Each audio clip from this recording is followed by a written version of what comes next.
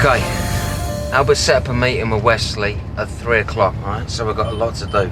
Ash, find out who owns the sign, how we can make this thing work.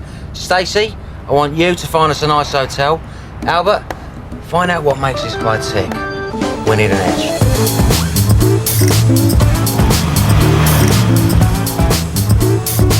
Coffee, sir. Cheers, boss.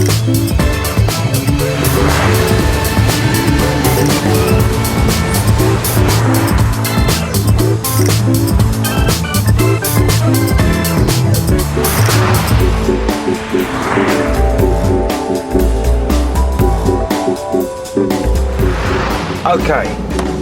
Originally, the sign read Hollywood Land, erected in 1923 as an advert for a real estate development. Now, that development went bust in the 40s and the sign was falling to pieces until it was taken up by the Chamber of Commerce, who dropped the last 4 letters to leave just the word Hollywood. So that's what's there now, huh? No, not exactly. The sign was replaced in its entirety twice, once in the 50s, then again in the 70s. So who actually owns it then? Well, that's where it gets a bit more complicated. The land that it's on is owned by the city, the Chamber of Commerce owns the licensing rights, and the Hollywood Sign Commission maintains and repairs it.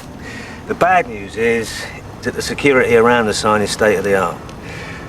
They've got an internet-based closed-circuit surveillance network, and it's monitored 24/7. Well, it seems our friend Anthony Wesley is more of a player than we thought.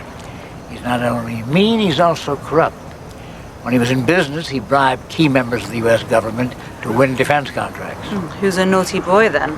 Just talking with an old friend of mine in the New York Post. Seems one of the senators wouldn't play ball.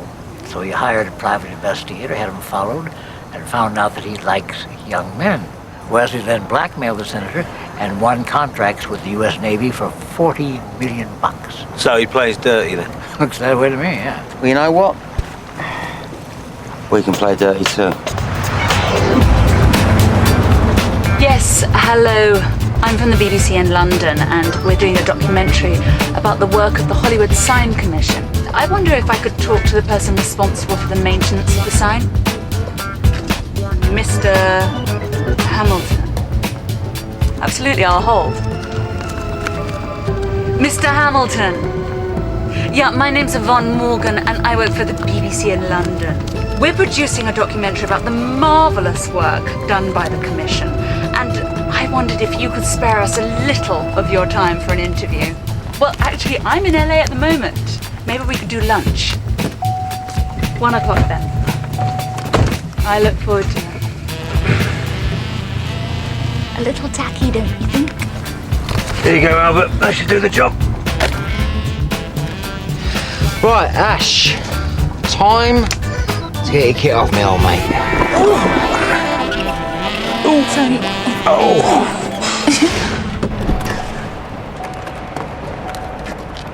No, it's fine. Right. Yeah, you all right?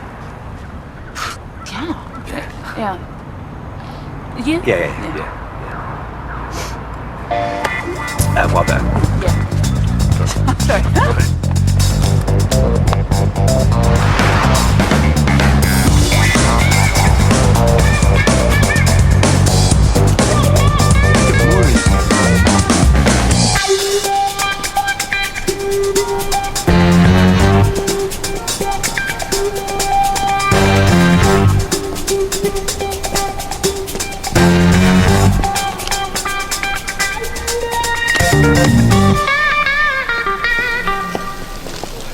Oh, hey, fellas. Have a good trip? Yes, we did. Scotch. Yeah, make that 2. Yeah, I'll tell you what. Make it 3. I can't tell you how intrigued I was by what you said in London. Tell me more. I don't mean to be rude, Anthony, but I'm assuming you understand this has to be completely confidential. Goes without saying. Well, I'm not sure if you're aware, but the Hollywood sign has been replaced more than once. Oh, yes, I am. Right, you knew that. I love this town. If someone breaks wind, I want to know it. Which is why we're bringing you this first. The Hollywood Sign Commission are considering replacing the sign again this year. Now, you see, That's why I'm so intrigued, because I make it my business to hear most everything that happens in Hollywood. Ever since the press leak, the commission's been a little jittery. What press leak? Last week in the Hollywood Journal. Oh, waiter, Yes, sir. you got a copy of last week's Hollywood Journal? You see, they didn't want this getting out until the deal's been agreed. This must have happened while you were in London. There you go, sir. Right, they know that sign is going to be worth a small fortune to the right bidder. Now, they see this as a way of safeguarding their future. Like Paul says, they want to have a deal in place before they make the announcement. So, what are they asking for? They're asking for sealed bids. 12 specially chosen dealers have been given the opportunity to bid in secret for the original sign, winner takes all. And you're one of those 12 dealers? That's why we're here. Sealed bids. I hate doing business that way. Unless you don't put your bid in until you've seen everyone else's first. You got somebody that can give us that information? I've got a man on the inside. We think the top bids will be around $4 to $5 million. We give our man a blank sheet of paper. He checks the bids, tops it by $100 or so, and seals it. What's in it for you? 20% of your bid as a finder's fee. 20% of $5 million? Oh, that's a hell of a lot of money. Yes, it is. I think I'd like to talk with the man on the inside. I'm sorry, but his identity is strictly confidential.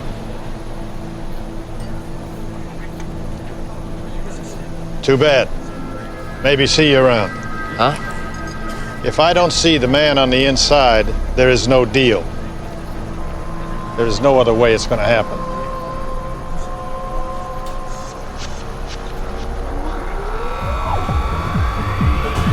I'll arrange it for tomorrow.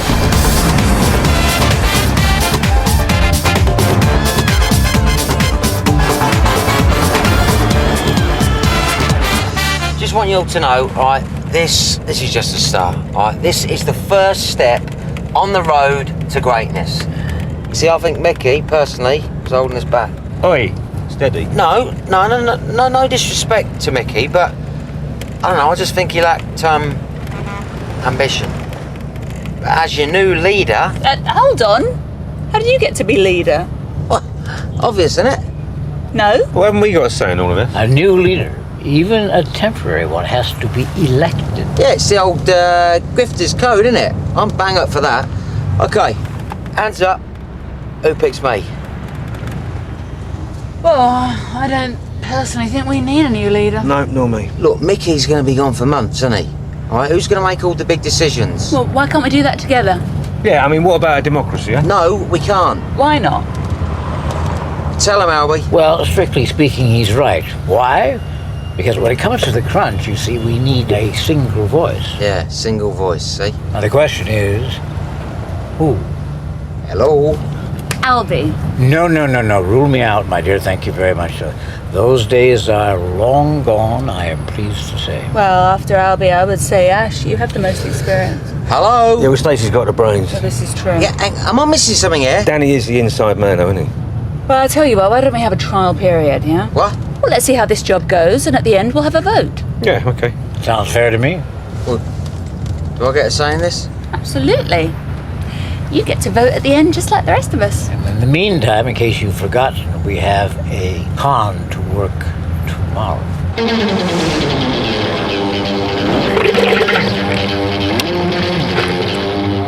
You know what they call a quarter pounder with cheese in Paris? What, they don't call it a quarter pounder with cheese? Oh. Call it a Royale with cheese. Yeah, that's because of the metric thing, isn't it? I mean, the quarter pounder don't work there, does it? That's because they're French.